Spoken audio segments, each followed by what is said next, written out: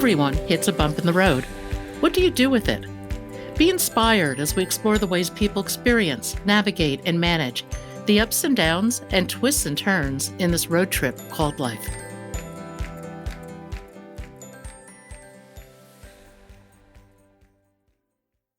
Carmen Gentile is an accomplished international reporter, photographer, videographer, and podcaster. During his years in Iraq and Afghanistan, he traveled embedded with the troops until one day a rocket-propelled grenade slammed into his face, crushing one side and severely damaging his one eye. But the rocket didn't explode, and against all odds, he survived. Carmen was faced with multiple surgeries, greatly diminished vision, and the need to reevaluate his life. His book, Blindsided by the Taliban, is an account of his journey. Today, I'd like to welcome Carmen Gentile to Bump in the Road. He wrote an amazing book called Blindsided by the Taliban about his adventures in Afghanistan. And Carmen, would you give us an overview of that story? Sure. I was working as a journalist in Afghanistan. This is in 2010, so it's been almost 10 years. In September 2010, I was embedded with U.S. forces in eastern Afghanistan, a few miles from the Pakistani border. And we were walking through a remote village in the mountains. And while I was talking to a group of young men, I heard a loud whooshing sound from behind me. And I turned around to see a man standing just down this narrow dirt road holding a rocket-propelled grenade launcher. And he had just fired an ordnance at the platoon. And it came screaming right toward me. And for reasons no one will ever be able to explain, it clocked me right in the side of the head, blinding me in one eye, shattering all the bones in my face, but it didn't detonate. The conical ordnance hit the ground, clattered. Not previously it hit the platoon leader, and we were both injured in this very unusual set of circumstances, which in the annals of modern warfare is unprecedented. Nobody's ever been shot with an RPG in the head and lived to tell about it. So from there, that's where the book kicks off. It's a story not just about this unusual injury, but about my efforts to recover and then return to frontline reporting. But the themes in it are ones in which most everyone can relate to, things of loss, injury, hurt, romantic woes, professional frustrations. We've all been there, and these are all themes that are part of that story, just set in very unusual circumstances. Yeah, there are some great themes. I want to run a quote or two by you because some of the quotes in the book just have stuck in my mind. One, you talked about the rocket attack, and you write, "As it raced toward me, I accepted death as an inevitability. Now, the memory of my resignation to dying has left an indelible black mark on me that permeates every moment since." Wow. Yeah.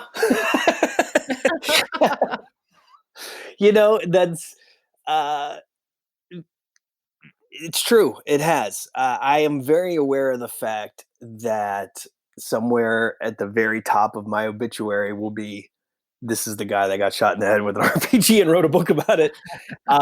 There's no escaping that fact. But part of my journey in the book is to try to get beyond that, while acknowledging that it's there forever. There's no escaping it.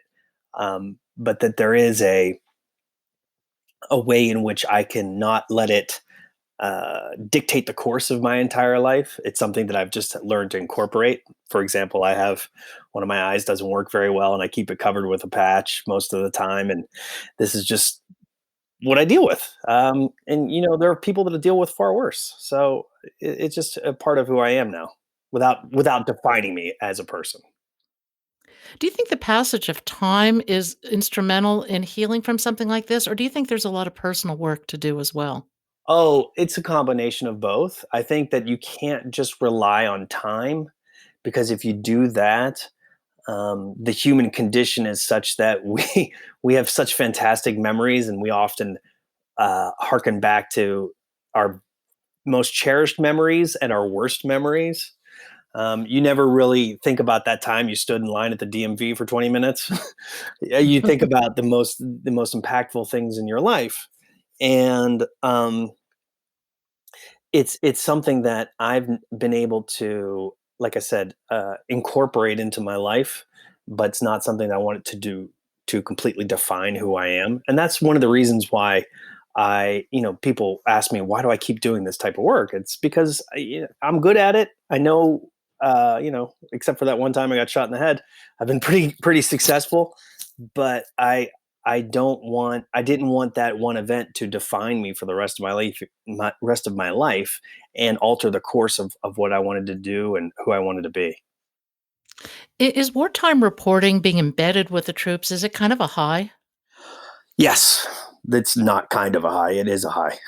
There's a lot of people who won't admit to that, um, because you're supposed to be there for the greater good, and you are, of storytelling and getting those stories out, making sure people know what's happening, not just in far flung locales, but what's happening to the people who are fighting in those far flung locales. Um, but yeah, it is. It is a high to be in a situation that's completely out of control, and you're trying to navigate your way through it. Um, it's a high that's not for everyone. It's one of those highs that you have to discover through trial and error, and hopefully it's very little error, whether that's something that you want to do. Your encounter with death set you on a journey for purpose and meaning.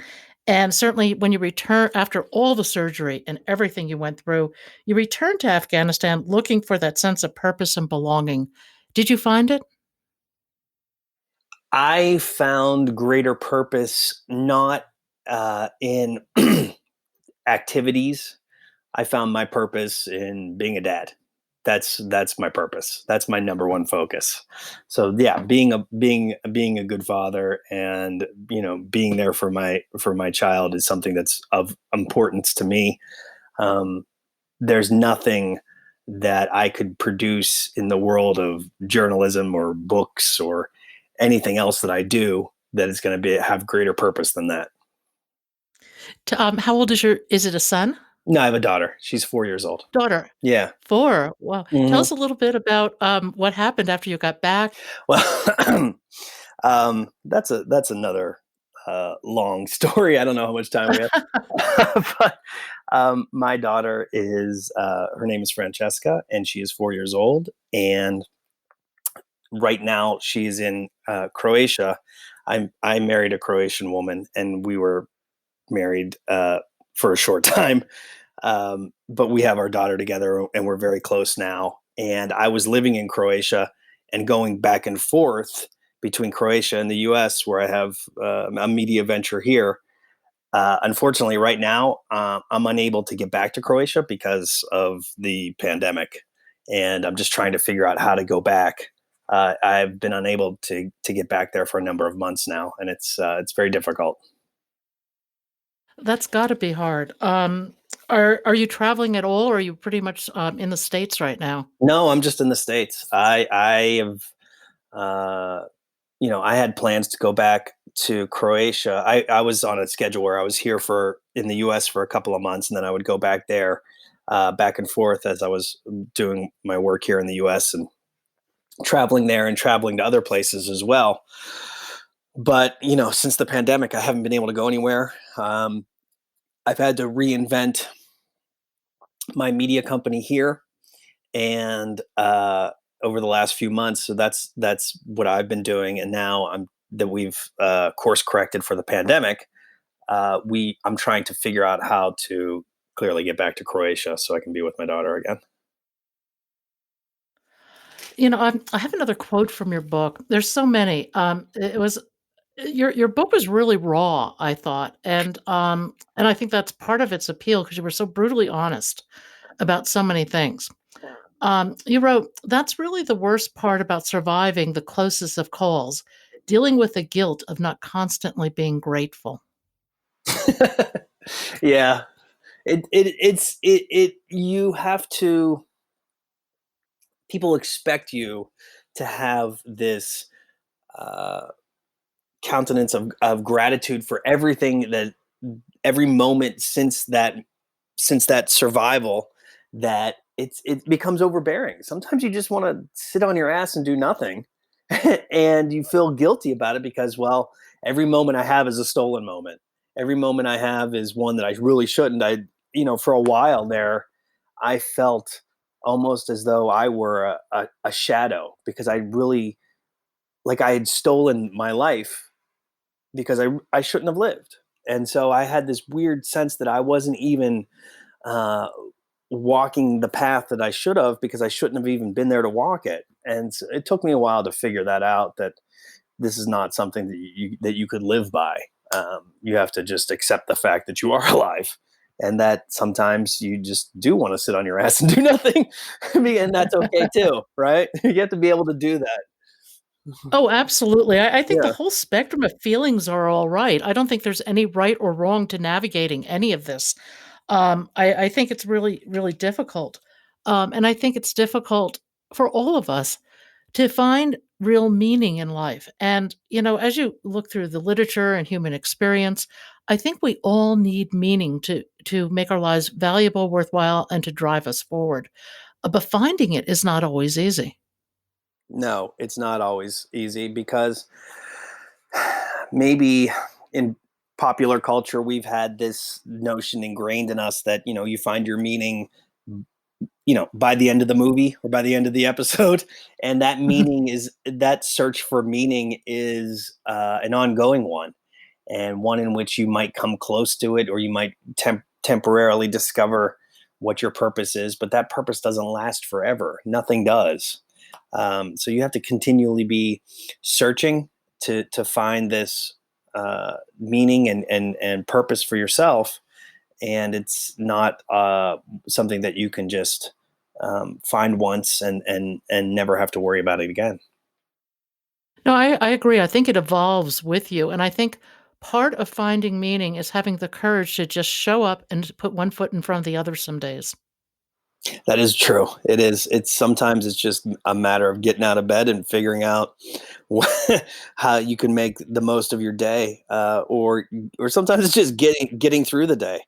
Like I said, there was that pressure to always have to live this exemplary life, or to live a life full of purpose and meaning, excitement, adventure. When sometimes you just can't.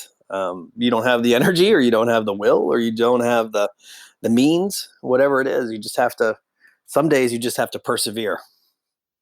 Well, and it goes back to what we were talking about earlier, being on a high. You can't be on a high constantly. And the only way you recognize a high is to have a low sometimes, or to have to be removed from that situation. And I think you need both.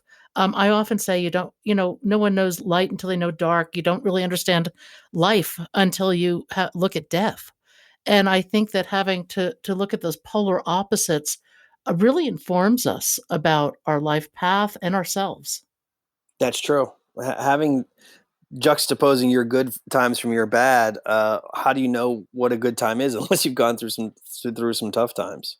So I do have a greater appreciation for what constitutes a good time, I think. What were some of the toughest times in going through the injury? The alone time. There was a period when I was done with all my major surgeries, and but I still couldn't work due to medical restrictions. They said, we don't want you doing any kind of traveling, or any kind of strenuous activity.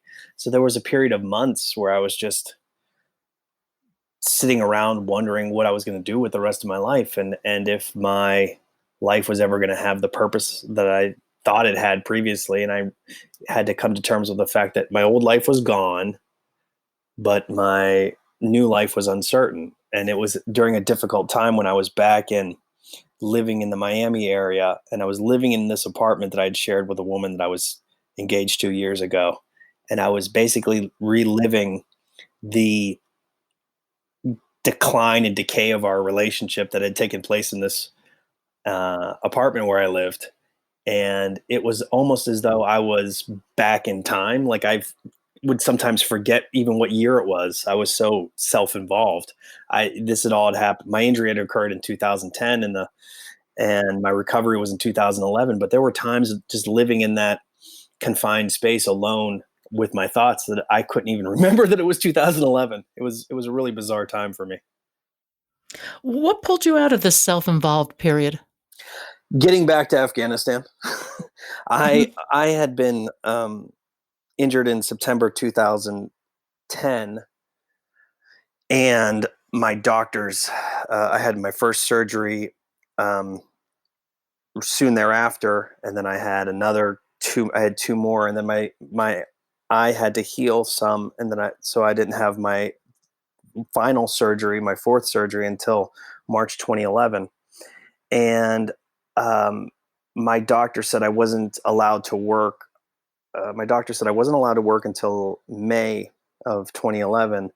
And when May 1st rolled around, I informed my doctors that I was actually heading back to Afghanistan. And 2 weeks later, I was on the ground in Kabul. And they said, okay, we don't recommend it, but it's your life. It's your newly reconstructed face and eye. Go for it. And so that's what I did. And I had to find my purpose there. And I had to get out of my own head there.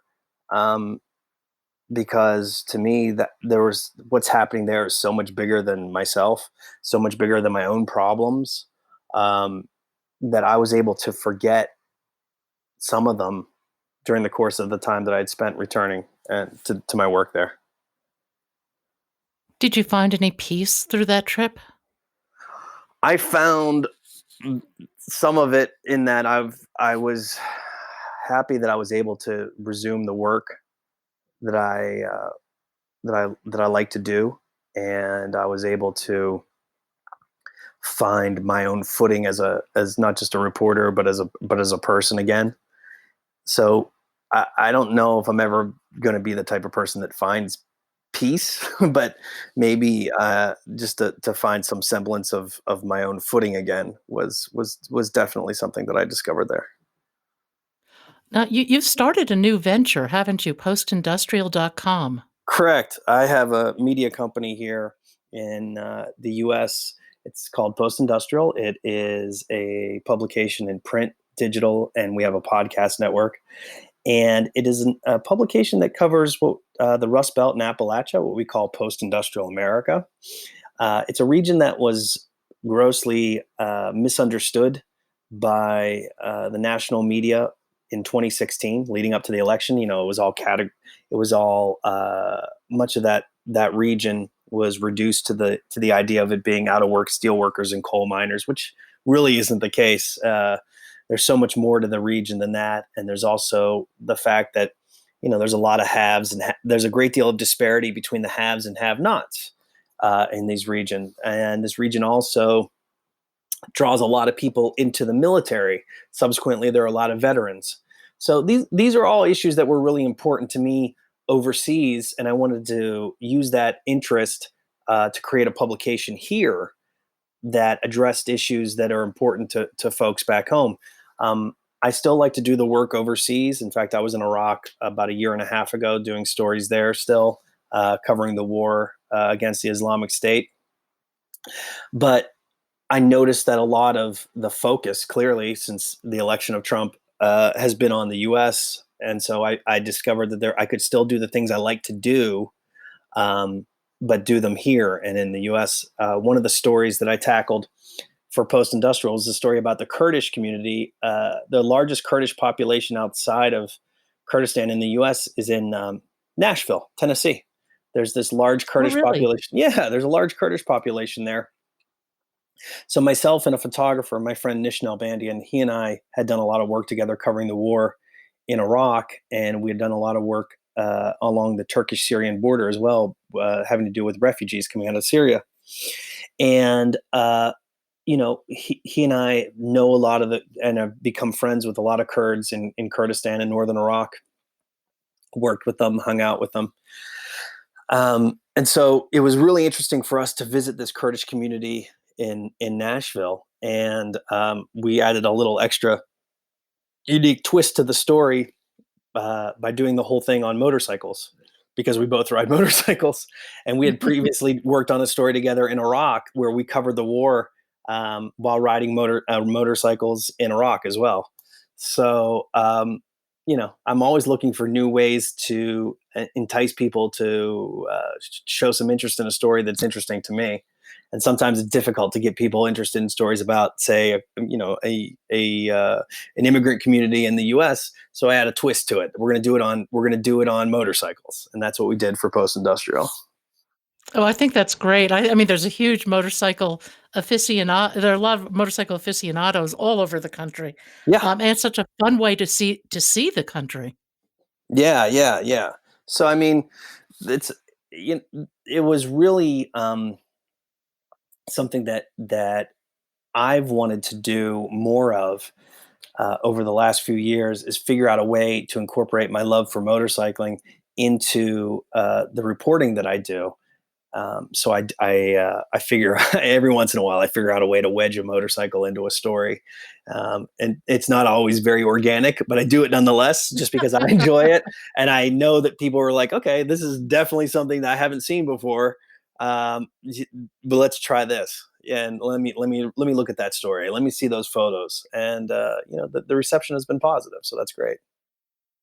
I love what you're doing with postindustrial.com because I don't think generalizations really cover any part of this country. It's so big and diverse, and we have so many different types of people and places. And by going deep, I think, into an area that is often overlooked, you're coming up with some really fascinating stories. What are some of your favorites? Well, the aforementioned story about the Kurds was really great because I was able to use my knowledge of the Kurdish community and the conflict in Iraq, and in what's happening in Syria, where there's a Kurdish community as well, and in eastern Turkey, where there's a large Kurdish population, to incorporate all that into reporting that was being done in Tennessee. That was great. We've done some other really interesting stories as they pertain to veterans. One of the veterans that I've had a chance to spend a lot of time and talk to is a guy named Alejandro Villanueva, who was an Army Ranger who served a number of tours in Afghanistan and is a West Point graduate and now plays for the Pittsburgh Steelers. So I was able, years earlier, I had interviewed him for a story that I wrote for Esquire magazine. And later on, I was able to talk to him again some more as it pertains to post industrial and veterans issues, like I say, are really important to us. So stories like that are really interesting to me too. Yeah, I agree with you.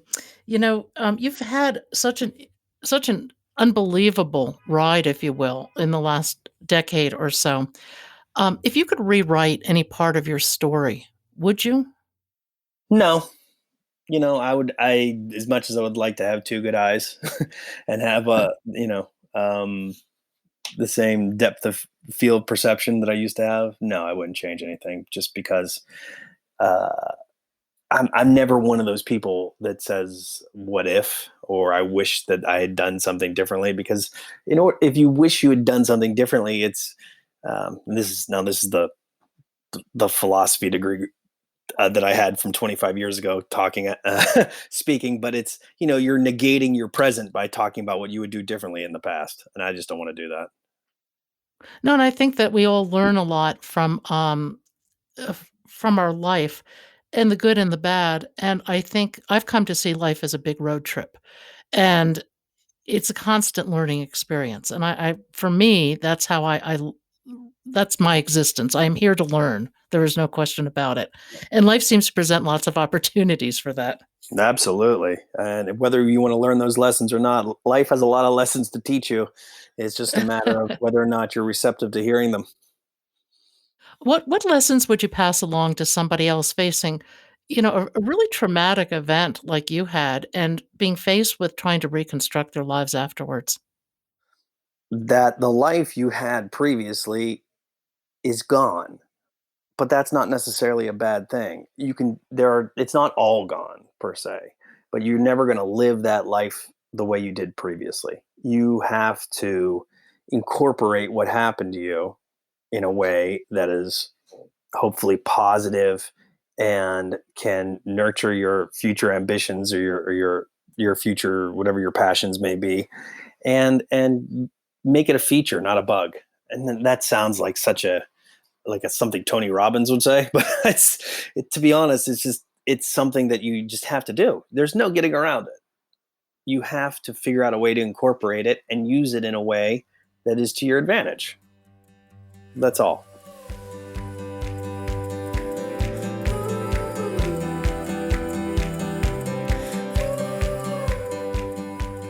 Thank you for joining us today.